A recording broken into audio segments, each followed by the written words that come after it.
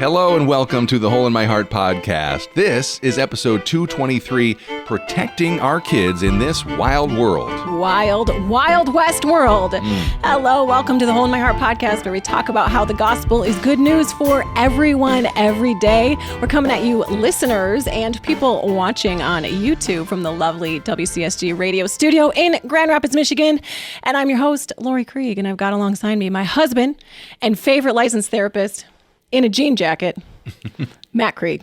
Hi. How are you doing today? I'm doing okay. Yeah, that's good. And alongside us is our friend and the most professional radio voice among us, producer Steve. Hi, guys. You're rocking that 91.3 garb. Oh, yeah, look at that. You said you have an event later. What's that mean? When you have a CSG event, do you have to like go places and The meet afternoon show your fans? is going on the road to sample some ice cream in Standale, Michigan. So You're suffering for the kingdom. Exactly. I got you. Yeah.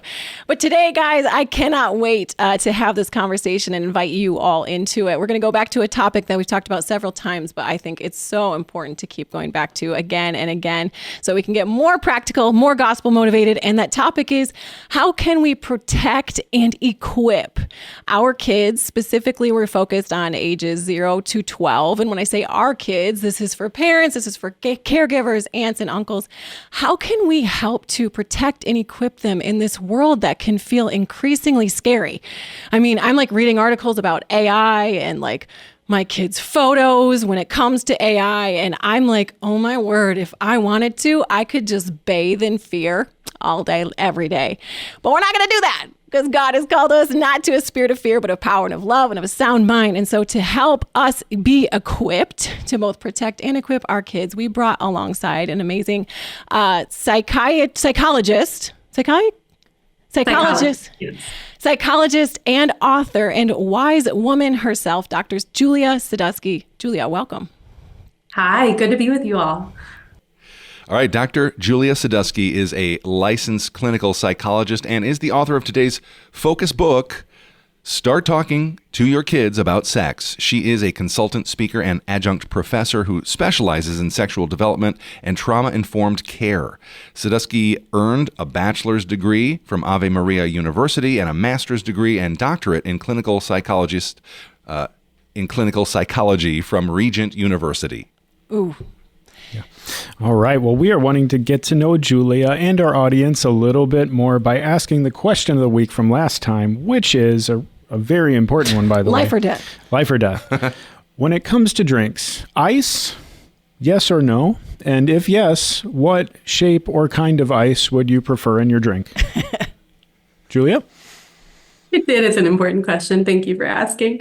I think about this often. So I would say there are a little bit of differences for me depending on what the drink is. So with water, no ice. And I talk about this with my siblings all the time. No ice every time. And then they get mad when I set the table because they don't get ice either. But then if it's anything else, yes, ice. And we get cubes so often, right? But like I think the circular ones are way more fun. So I would choose that if somebody gave me the option.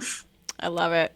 Steve, who stood out to you? Well, this one was a little eye-opening. I liked what Lori said. She said, this is on Facebook. She said, yes to ice, even in my water that comes from the dispenser in the fridge door. Drinking ice cold water helps boost metabolism. And being 60-ish, I'll take all the boosting I can get. Did this resonate with your soul, Well, Steve? this was news to me. This is something I'm going to start because I'm always looking for ways to get more healthy that really don't cost me much. I love it. You know, I don't have to exert much to just go get some ice and make that water good and cold. So it's like an internal polar plunge. Okay, sure. That makes sense. To me, that appeals way more than the external kind. Yeah. So it's a lot easier. Thank you, Lori. Well, you're welcome. I mean, this Lori. Oh, I got you. I liked what Sarah had to say on Facebook. She said, for me, no ice. Room temp water is ideal. I feel her. And I'm sure all the ice and freezing cold water lovers are just trembling. But she said, however, if my tea's too hot, or any shape of ice will do for cooling it down. I feel that. And for my kids, I like the plastic reusable ice. We have vibrant colors in round and cube shapes. So that's nice to hear. Matt, I feel like you might win this one with your answer. I mean, the one that I liked on Facebook was from Kezia. G'day, my name is Kezia and I'm from Australia. My answer to the question is that Death Star ice cubes are objectively the best shaped ice cube, but I would prefer they came in baby Death Star sizes, as they currently are about the size of a cue ball for a pool table. Death Star ice cubes. Mm-hmm. Okay. What, about that big? Kezia wins. Yeah. Might be a little too big. Yeah, I Might be too mean, big. just I don't feel like there's any other answer that is viable at this point. It's the Death Star ice cubes. You're just Bar drawn none. to them as if by a tractor beam. Yes. They are a force to be reckoned with, don't Yep. you think? Yeah, even thank you. Thank you. All right. Can't even keep going. It's so good. Dr. Sadusky, thank you so much for entertaining us and joining us in this goofy moment. We're going to pivot now to the heart of the matter, where we ask every guest this, and this is often my favorite part, although I am really excited about this content, but to hear some of your gospel story. If part of the gospel is we are more sinful and flawed in ourselves than we ever dared believe, yet at the very same time, we're more loved and accepted in Jesus Christ than we ever dared hope. How was that gospel first good news for you, and how is it still?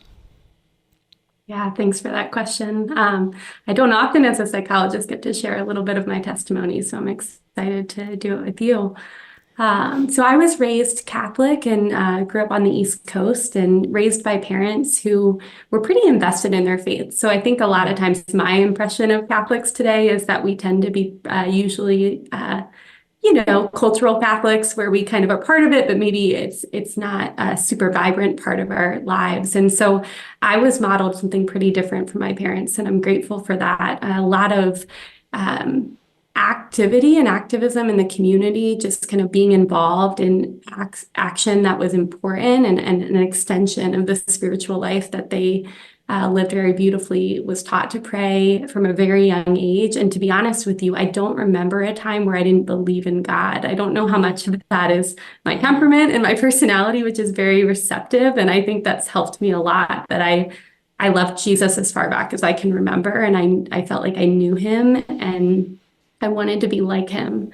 In my tradition, there's kind of an age where we start to take things in a little bit more, I think, intentionally in our own right. And for me, that was when I got my first communion when I was about 8. And I remember wanting to share with everybody who was coming to my first communion party what it meant to me and how important it was to be united with Christ in a new way. And so I think I look back on that time like, wow, that was a really, I think, distinct experience from a lot of my siblings. And I think as I got older,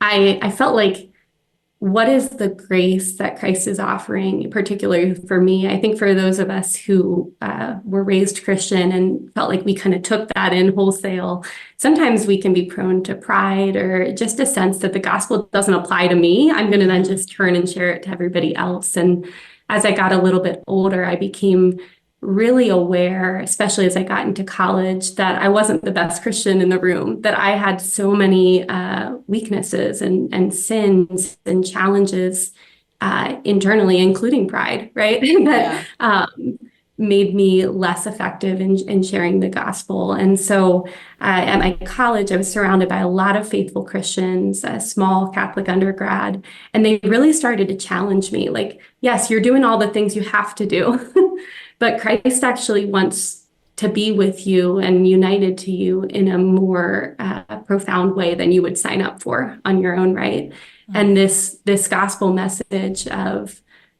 being saved by him dying for me in particular, because I need to be saved, right, was so transformative to me at that time.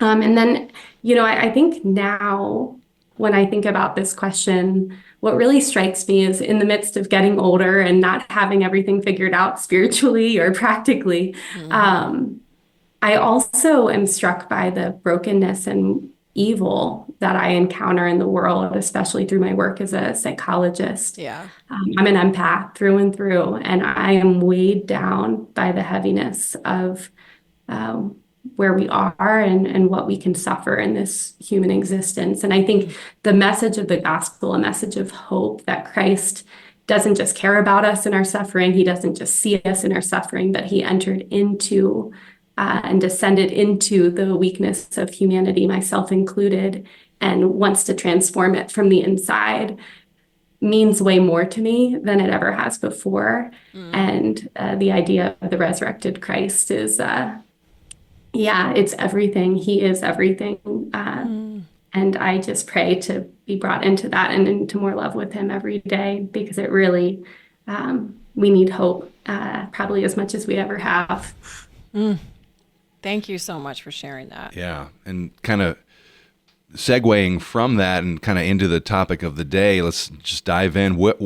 In what ways are you seeing parents concerned about like their kids when it comes to like their bodies and their sexuality? Yeah, so really the idea for this book came from exactly that. Even more people personal in my life, friends and family calling me regularly to ask questions like, hey, my child is, touching their penis while we're driving in the car. And I feel myself wanting to react. I feel myself wanting to say, stop that or put that away, and I don't like that. And I know I want to do it differently than it was done to me, but I don't know how. Or calls from people who say, hey, my kids were at a play date with other kids and I came into the room and one of the kids was exposing themselves and I didn't know what to do. And I looked at the other parents and they didn't know what to do. What do we do?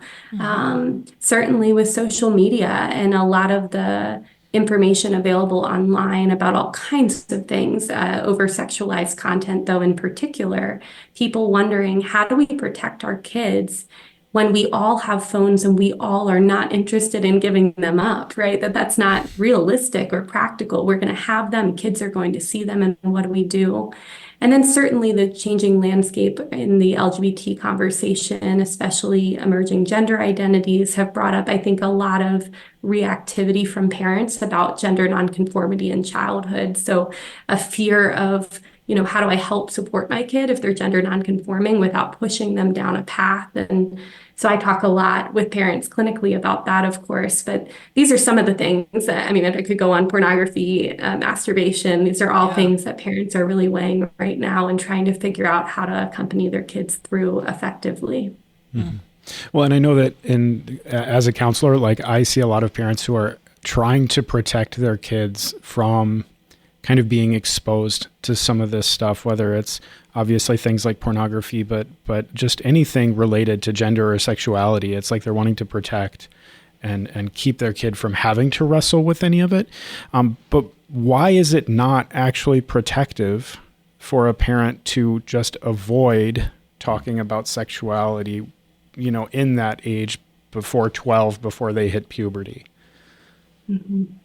So I'll start first with just what is so tender and important to acknowledge, which is that, when I meet with adult Christians who are coming in, especially around wanting to process unwanted sexual experiences or sexual abuse in childhood, the number one thing they tell me is that nobody talked with them about sexuality before puberty. And by that time, the abuse or the unwanted experiences had already happened.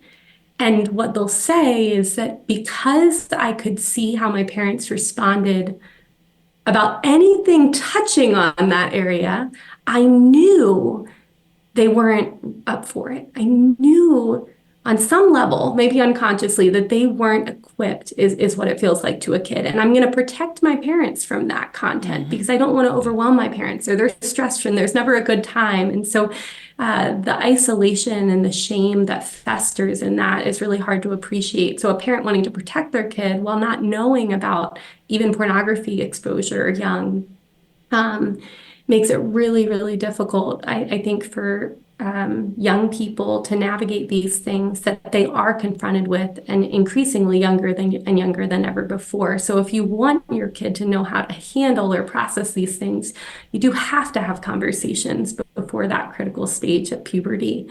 And if you don't, it unintentionally, I think, most often sends the message that you are not capable or equipped, or it's just not the kind of thing that we talk about in our family. And that hiddenness, I think, reinforces that it's something bad. And then you talked about in your book that hiddenness, yet paired with curiosity and then shame, can drive kids to go find answers online, which can lead to horrific things, or with their friends, which could also lead to at least unwise things. Is that accurate? That's correct. Yes, I would say that that is another big piece of what I see happening is young people are naturally curious about everything, right? I mean, the number one thing we say about kids is they're always why? And that's because they're learning. They're learning so much and they're wanting to learn, and we want to scaffold and support that learning and shape it. But without guidance from the primary people in our corner, we will go elsewhere. And with pornography exposure, it's happening younger and younger. And the first time kids are exposed is usually accidental. And that tells us something, that they're stumbling upon something that's meant to lead to a response inside. And it does. It's intended that way, and it does. And so that can become very confusing. And certainly peers are the same way. If you have a friend who has been exposed to some information about sexualized content that you haven't, you're going to ask your friend and you're going to see them as a resource. What I would love to do is help parents feel equipped to be that resource. And you'll either be the first to have the conversation or oftentimes the last to have the conversation increasingly. Can you help parents who are maybe feeling a little anxious while we're talking about this because they were overexposed as kids? Like maybe their parents talked about things way too young. And so the question I'm going to ask, because I thought you worded it really well in your book, was what's the difference between talking about human sexuality with our kids and talking about sexualized content with our kids? Yeah, so a good example of this is, I think, sexual intercourse. So I have heard horror stories of parents who swing too far on the other end of the continuum where they were not taught about sex. And so they try to be overly explicit in the spirit of trying to help educate their kids. And I could share with you plenty of stories of that, although the majority of stories are the absence of conversation overwhelmingly. So I understand that fear because it does happen. I would say it is less common. We lean on the end of not talking rather than talking in an explicit way. But it does happen. And I think if you think about the fact of sexual intercourse, for instance, kids will at some point become aware that that is a reality. And they will even wonder, oh my goodness, mom and dad, do you do that? Do you engage with that? And there's a lot of ways to answer that question. And you could be very explicit about that. And I've heard, when you're talking about days and times and frequency and where and how, that to children is way too much and very unnecessary, right? That would be sexualized content to answer that question. But the fact that human beings have genitalia and sex organs, and they have a purpose created by God to cultivate unity and new life, the participation in this incredible act of God, right, to create us, that you can say, I think, to a kid of any age, and they could hear that and know that. And you want to be careful to know what they know and what questions they do have in order to offer what they need to hear and not offer more than what they need to hear. Well, and for any parent listening, or like, wait, give me the sentences without doing, I want to make sure we cover a range of questions here. But if you're like, give me the sentences to say, grab her book. I really appreciate how you're like, this is the specifics you can say, women have a vagina, men have a penis, or there's a sperm and an egg. And then together, God puts a soul there, like each takes a part from a mom, a part from a dad. God adds a soul there, and that makes a baby. I was like, that is such a good medical term, but it also adds the God piece, and it's not sexualized content. But for listeners, just know you can grab her book. She does a really great job of then ask a question. You give really specific dialogue that we can try in our home. So thanks for that. Yeah, for sure. So you mentioned people friends, clients who have had the experience of encountering their kids, engaging in exploratory play with themselves and with each other, and they didn't know what to do, they didn't know what to say, they looked at the other parents. So help us now, how should parents respond in that moment? Yeah, so it's a little bit different, right, when you have another family involved or individually. But let's take a case of, driving in the car, very common. You look in the back mirror and you see that your kiddo just kind of touching their genitalia. And the first thing to know is that that is not a sexualized behavior in most cases in kids. I talk in the book about red flag behaviors in young children, but let's take majority of kids. They touch everything, and parents know this, right? They touch to learn. It's a sensory experience of their environment that they're trying to engage with to understand, or they're bored and they're distracted and they're just kind of engaging in that way. And so I think a lot of the reactivity becomes a fear of, have they been harmed, or what's happened to them. And so I think just recognizing that would be a very typical behavior, and even just imagining that moment ahead of time would help parents to say, okay, yep, I have a 1-year-old, but they're going to be 3 one day and they're probably going to do this at some point. What would I want to do? How would I want to respond? And I think what we want and hope for in that moment is to be able to narrate what's happening, just like we do with play. Like, hey, I noticed that you're touching your penis. Do you notice that? Some kids will say no. Oh yeah, I am. Or others will say, oh, I didn't even notice that. Or yes, it feels funny. I mean, kids sometimes make it a game or a joke, right? And being able to say, yeah, I bet it does feel funny. And so you validate that, right? Like, yeah, that makes sense. Now, we can validate without encouraging a behavior. It makes sense that you were angry enough to throw that spoon across the room. I get angry sometimes and want to throw things too. What we're learning is not to throw spoons across the room because it can hurt people, can hurt ourselves. I mean, we can do all kinds of things with a spoon that we don't need to be doing. Same thing here, that's a part of your body that has a really important purpose. And so we keep that part of the body, just like we wash, under your arms and behind your ears. We wash that part of their body, and we don't want any bacteria to get in there. When you start touching it, it can lead to germs there. And so if I see you doing that, what code word could I come up with you to help you just remember that that's a part of the body that isn't for playing with. It's not a toy. It has a really important purpose. And we'll talk about those things as you get older. That would be an example with a young kiddo. I think once you bring in other families to the mix, it becomes a little bit more of a discernment, number one, of, okay, I can engage in the moment and say, hey, that's not a toy, or hey, that's not a game we play in our house. If they're playing a game like Doctor, oh, we're playing a game, we show our butts, is one I heard recently. It's like, oh, well, that's actually not a game. So we're going to put our pants back on.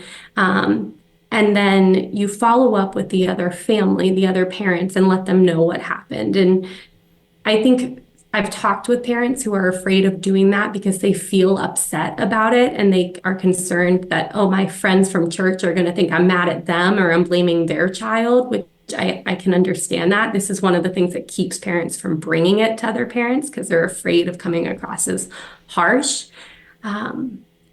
What I would say about that is, if you are upset and you are keyed up, you might not have the conversation that evening. It's not urgent. If you're not going to see the family tomorrow or the next day, you can shelve that conversation until you're a little bit more calm and you've gotten to talk about it with people. But if you notice you're activated when you talk to somebody, it's good to just say, hey, you might notice in my voice I'm a little bit talking a little faster. And that's just because I'm really feeling protective of all of our children in this. And I want to make sure we do right by them. And you're framing what may be anger as protectiveness, which is really a deeper root of what that can be. So just really helping initially redirect the behavior with the kids, talk with the other parents. And then the third piece is circling back to your child at a time when they're calm and you're calm. Maybe you're giving them a bath, or, they're on the toilet, whatever. And you can just say to them, hey, I noticed that thing happened. Do you remember that? A lot of times kids will say, no, I don't remember that. Oh, well, I remember it. And here's what's happened. And wanted to circle back and just remind all of us that our family rules are that we don't show those parts of the body to people who are not our parents or our doctor with our parents present. That's called privacy. and your friends have a right to privacy. You have a right to privacy, and those parts of the body. I know you're still learning. My guess is we've never talked about this before. You didn't know, but that's not a game. And then if you're going back to that family's house or they're coming over to yours, you can poke your head in the room a little bit more often and just make sure that they're following that instruction. And then also prep your kids before you go. Hey, just a reminder, we talked about this. There's certain games that we don't play, and that's one of those games.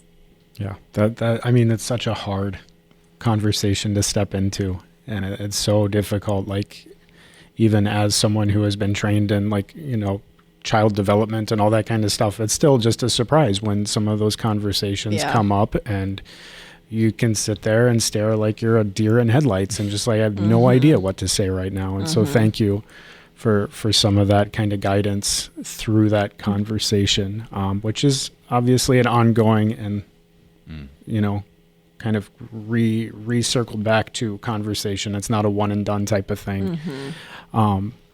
So one of the questions, because this is such like a space where parents are uncomfortable talking, and then in that discomfort, we can often like create code names for, our privates rather than saying like terminology that is like medical or correct. It's like a code name that is just not accurate, or it's not something that other people would necessarily know. Why is it important when talking about bodies to use like anatomically correct terms like penis, like vagina, as opposed to some of the more, I don't want to call them pet names, but like the colloquialisms?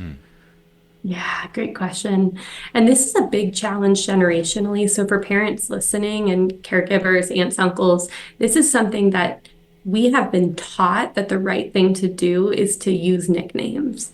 And so grandparents are going to be, in some cases, pretty horrified that what are you doing with your kids? And I understand that, because it can be pretty abrasive if it's not part of our common vernacular. And the only frame of reference we have for it being in our common vernacular is when it's sexualized. And so I just want to validate for people, it's a hard one initially to understand. But what we know from research on childhood sexual abuse is that the number one thing that protects children and makes it less likely for them to experience sexual abuse in childhood is them knowing the accurate terminology for their genitalia. When I learned that, it blew my mind, and it made me think to myself, if we could get all Christians on the same page about the fact that we're going to do this, sexual abuse in childhood in our generations can go down markedly. And so that's the spirit. It's that first and foremost, if all we have to do, if we did only one thing and we did that, I think it would be a worthwhile venture. But why is that? Why is it the case that makes such a difference? I think there's a couple of pieces going on that we're learning from the research and just my own clinical experience with people. The first thing is that if you use accurate terminology, it signals that that is a part of your body, like your arm or your leg, that you can tell your parents if somebody does something with it that you don't like. Like somebody, hey, he hit my arm, right? Hey, he grabbed my penis. Well, now you can say that because you know the word. And you can tell your parents when something happens that you don't like in that area. It also reduces shame. This is a part of the body I can talk about. And anytime that I've heard of grooming behavior with children, it's gradual usually. It's not usually a one-time thing, which means that person is gradually building up to an encounter that is very violating. So people who perpetrate harm tend to use nicknames. If a kid is taught accurate genitalia and then they come home and say, Uncle so-and-so or Aunt so-and-so said this was my winky or whatever, well, then that's going to raise alarm bells. Well, what are you talking about that with them, right? And so these are the things that make the difference. As far as kids knowing about their body, knowing how to communicate about their body, if something happens that increases guilt and shame, they still have the language for these terms to bring to their parents, and they know their parents can handle at least the terminology, even if they're concerned about telling mom and dad about the actual experience. It removes barriers and gives them that early language and vocabulary to have the conversation that's needed in the event that something goes wrong. Well, and that's so important. I'm trying to think of where I heard it. I think it was Adam Young's podcast, The Place We Find Ourselves, where he talked about some of the key pieces. If someone experiences an abusive situation, like the fact that they know that they can go and talk to a caregiver is what like protects them kind of after the fact, that it won't be this ongoing thing. Whereas if they feel like they can't go and share with someone, they're so much more vulnerable for it to go from a one-time instance to an ongoing thing that just becomes internalized. And so, yeah, just having that language being something that can cause openness and just the ability to communicate seems so vitally important. So thank you.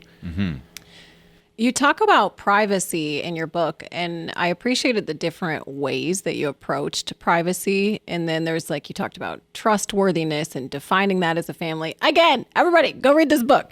But I want to talk with you because I like did a lot of exclamation points and next to it because I've been studying and thinking about how we can use our kids, quote, online by posting their pictures. We don't ask for consent. Where like in our home, I was like, oh my goodness, like I'm doing this. I ask if they want a hug. Like I'm always trying to give my kids agency.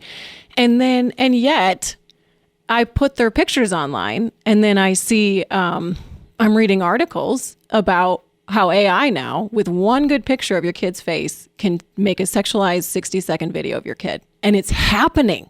And it's scaring the crap out of me. Wow. So can you talk a little bit about privacy, consent, and any concerns you have while trying to drag me out of my fear storm over here?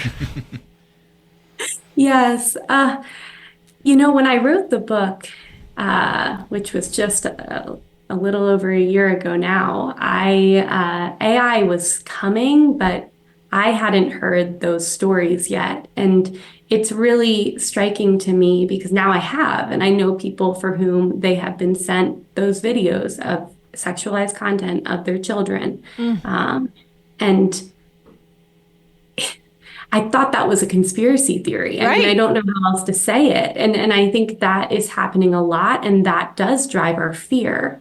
And our fear can be transformed, like anger can be transformed and channeled into protectiveness and wisdom and discernment.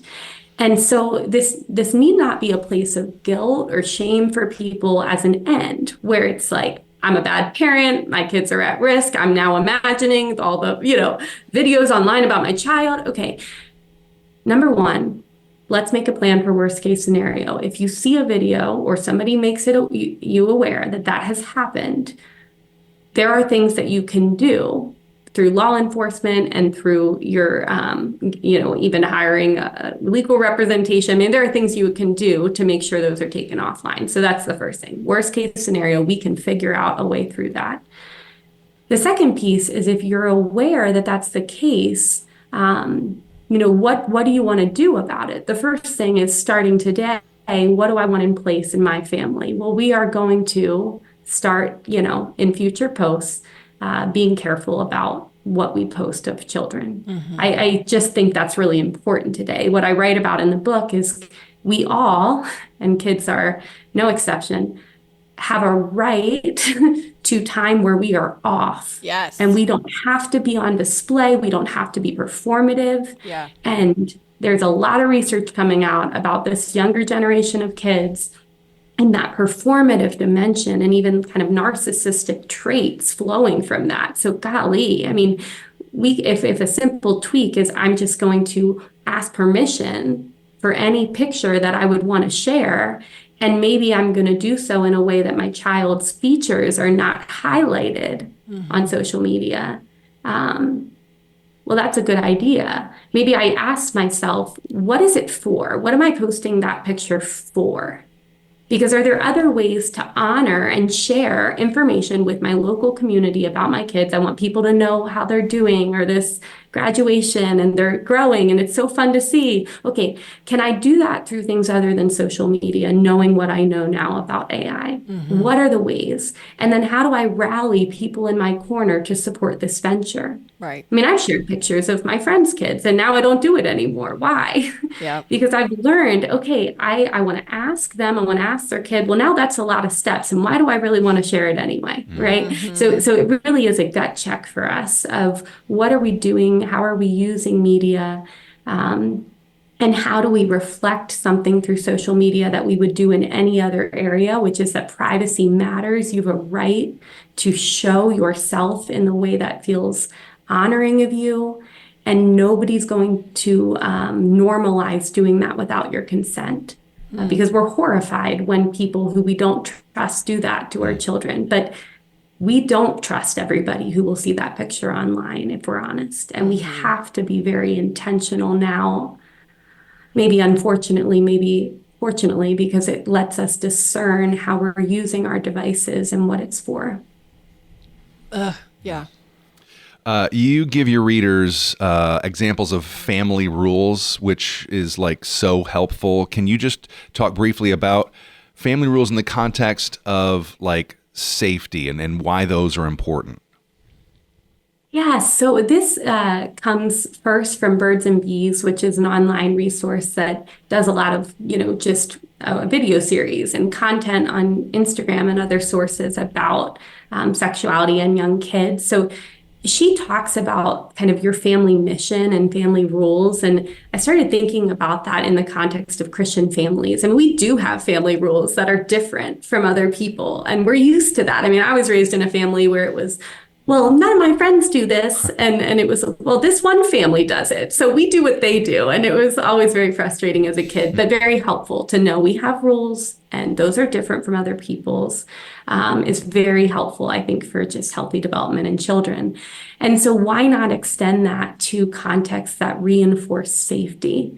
One of the rules I talk about is no secrets, and that's because of in situations of abuse and perpetration, sadly, there will be the encouragement to keep secrets. This is our secret. And so I try to help buffer against that by saying if we know that's a common kind of angle of entry, then why don't we just cut out that and say to our kids, we don't keep secrets. We do surprises in our family.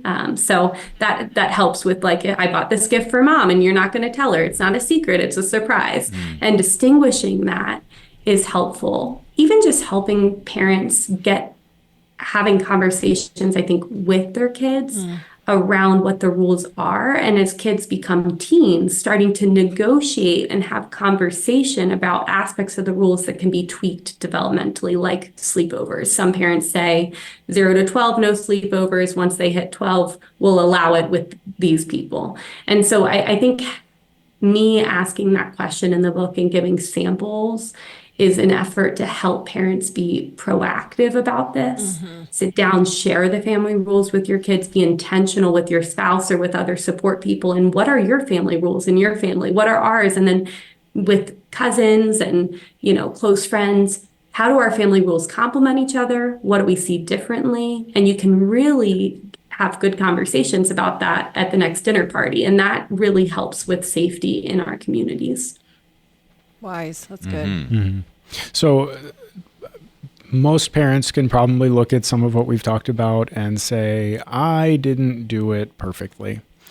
Is there any hope that you can give to a parent or Maybe uncle? us, or, for example. Even learning. us sitting here who are not perfect with our kids. Like, can you give us just a hopeful outlook? What can we do?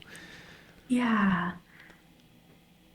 My biggest concern with writing these books was that it was going to come across to people as something they couldn't do. Yeah. Because the truth is, none of us have done this perfectly. And none of us will. the broader point of the book is you do not have to. And that's broader than the book. That's about being a parent in the world. That's about being an adult in the world, is we do not have to be perfect. Thank God. Thank you, God. What's beautiful about parenthood, and I've thought about it a lot recently, is that you get to be this imperfect representation of what we do in the world when we fall short of the glory of God, right? For ourselves and for our kids. And that's not an indictment. It's just a reality. It's what we can come to expect with quite a bit of confidence. I will mess up. I have not done the thing I want to do, and I've done the thing I didn't want to do. And that applies here. So what can you do if you're listening to this and you're thinking, I haven't done any of this, or I've done everything you said not to do? You get to model what is arguably one of the most important skills a kid can learn in the world, which is, what do I do when I make mistakes? When my intention doesn't match the impact? And you go to your kid and you get to sit down to them and look them in the eye and say, you know what? In our family, you're 12 and we have never talked about sexuality.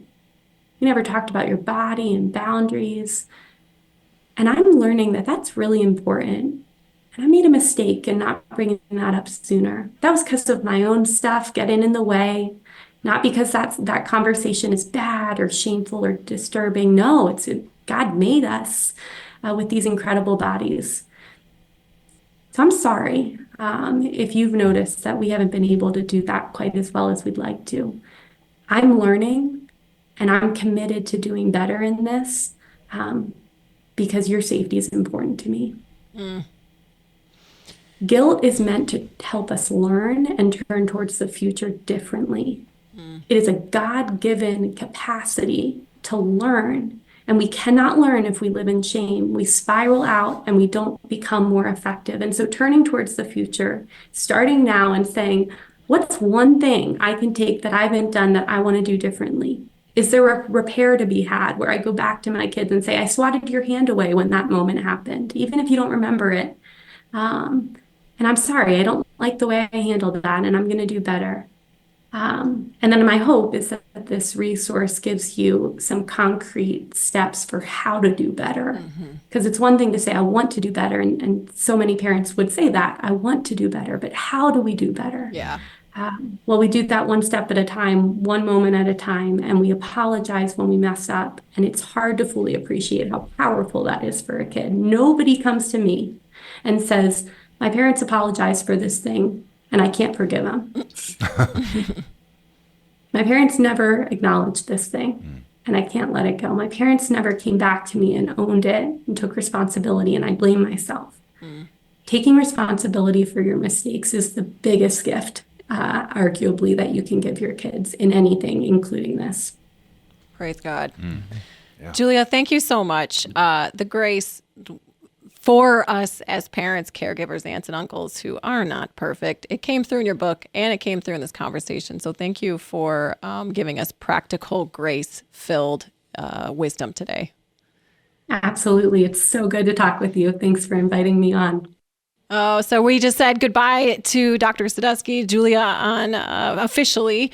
But I am going to link, guys, to her book, Start Talking to Your Kids About Sex, to her website, to her social media where she's posting about these things. It really, I meant what I said. Her heart comes through both on the page and through what she says and does. But friends, next to me, Steve, Matt, this is the time of the show where we reflect for a minute on what we heard. What is standing out to you? What are you going to chew on? Matt, maybe I'll start with you today. So it was kind of tangential, but when she was talking about that kids needing a time where they're off, where they're not having to perform or be seen and everything. And I mean, my mind immediately goes to kids having phones and how they're constantly having this pressure to text and respond and be connected and all the time. And so like part of me is wondering, okay, is that a part of the danger that I keep seeing in my office? Is that like the phone itself is not evil. It's the fact that it's creating this pressure to always be on, to always be engaged and connected rather than having privacy or the ability to just say, yeah, I'm not available, and that's okay. Yeah. There needs to be like 7 doctoral thesi on that or whatever. Steve, what about you? Well, I think she said something. I think this was how she said it. At least it's how I interpreted it. That shame creates barriers, and if the goal is communication, as parents, when we feel shame, it keeps us from saying what needs to be said in the way it should be said. When kids are feeling shame because of whatever, it keeps them from coming to their parents and having the conversation. So I just think, addressing that, and she differentiated between guilt and shame in a really great way briefly at the end. If we can kind of get our heads around that, I think it removes those barriers. That's good. So much stood out to me, but right this minute, I appreciated the graceful way with which she talked to parents. I just lean toward perfectionism and performance, everything she was talking about. And so when I don't feel like I've done it well right out the gate, I'm like, well, I quit. But you can't do that in parenting. You can't. You're in. And so I appreciated her being like, let's just go to grace and let's ask the Lord for help. So as intentional as Matt and I seek to be with our kids, I just am so thankful for highlighting areas we can grow and then the graceful way of she called us into growth. What do you guys think? Listening, watching. You are welcome to join the Hole in My Heart podcast Facebook page. Just search for Hole in My Heart on Facebook and just answer a couple questions. I'll let you in. You can join the conversation there. You can email us at podcast@lorikrieg.com. This is our season wrapper. And it's a little, we got Zach in the background doing some rap moves. Yes, that is also what we're known for. So you guys, if you have any thoughts on this season, feel free to email us at podcast@lorikrieg.com or message me on Instagram. Just me. Don't message Steve. He's probably not going to respond. Or Matt. He's never on there. But I'd love to hear some of your thoughts. If you have ideas for guests or topics when it comes to the fall of 2024, the spring of 25, I'd love to hear your thoughts or questions that you have for our next Q&A episode that I'm sure we'll do in the fall and the spring. If you guys love the episode, we would love to hear your review. That helps other people find it when you rate and review it. And if you super love it, this is going to be my new closer. We'd love to have you sponsor the podcast. We would talk about you on the podcast episode, and you'd also get your name featured. There's ways to do that on WCSG Radio, which reaches over 100,000 people a week. So let me know. You can email me directly at lk@lorikrieg.com. But guys, thanks so much for joining us this season. This has been so rich. We have loved hearing from you, both in person and online. Just your thoughts. Keep it coming. Thank you so much again, specifically today to Dr. Julia Sadusky for filling us with so much grace-fueled wisdom. Also thanks to WCSG, the Zach of all trades, and Delaney, who's not going to be an intern anymore. She's just going to help out. She's amazing. And for all of us here at the Hole in My Heart podcast, group hug, guys. We'll see you next time.